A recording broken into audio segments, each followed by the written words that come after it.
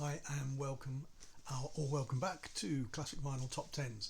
Today we are actually doing a top 10, don't be too surprised, but we are actually doing a top 10. And the band I've chosen for this is a band that I think have been hugely underrated over the years, considering they have had a recording contract for a long time. Yes, they've crossed genres. They've only really had one big hit single, and that band is the Waterboys.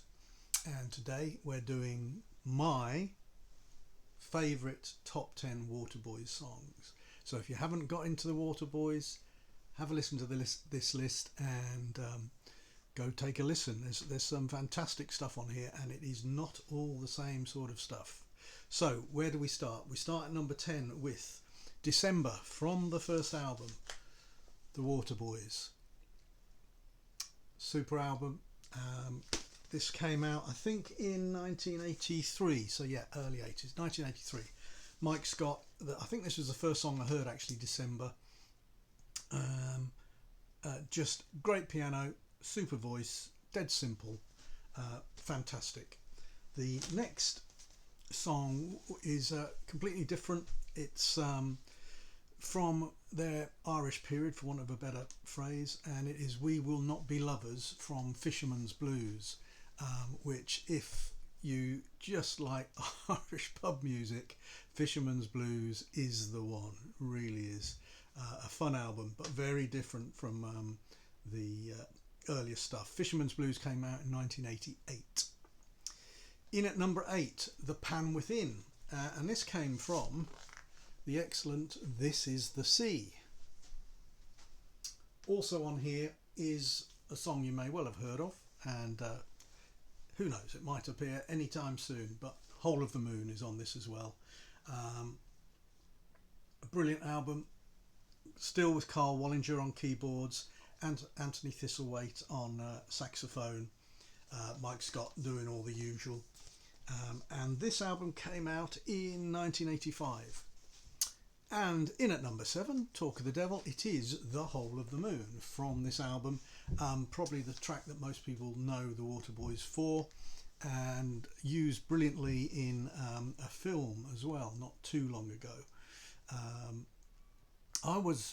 When I first heard it, I thought, oh, here we go, they're getting too commercial and this is the end of it. But I have to say, over the years, it really has grown on me, and it isn't just a pop song, it is an emotive pop song, The Whole of the Moon.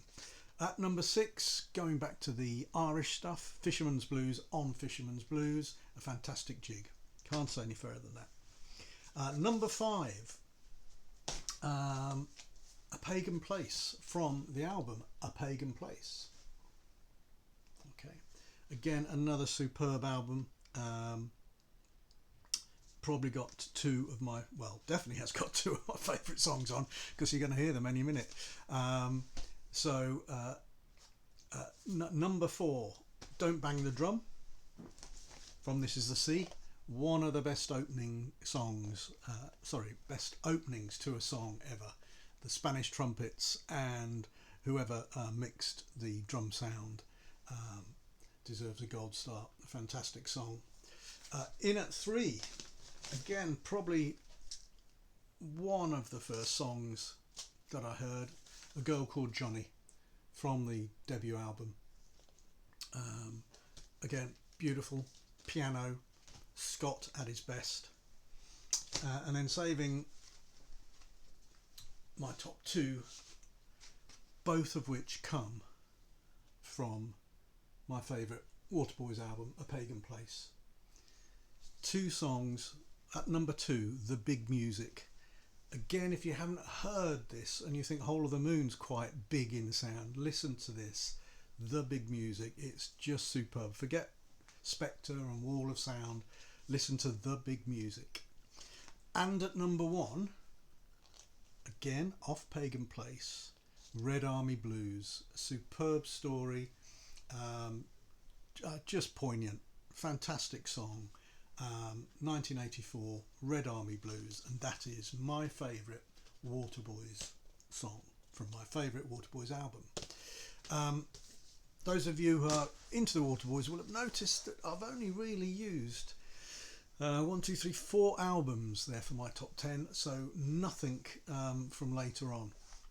Now, in fairness, I haven't listened to the last couple of Waterboys albums, although I have seen them live again recently. And my era, for what it's worth, is definitely those early to mid 80s for the Waterboys. So, like I say, if all you know is Whole of the Moon, please go and listen to some of these. You know, try Red Army Blues, try Big Music. Don't bang the drum even.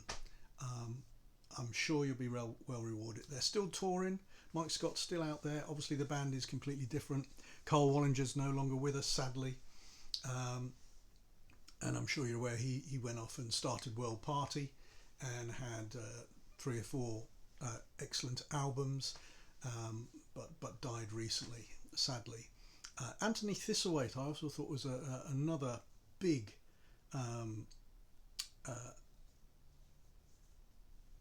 what am I looking for?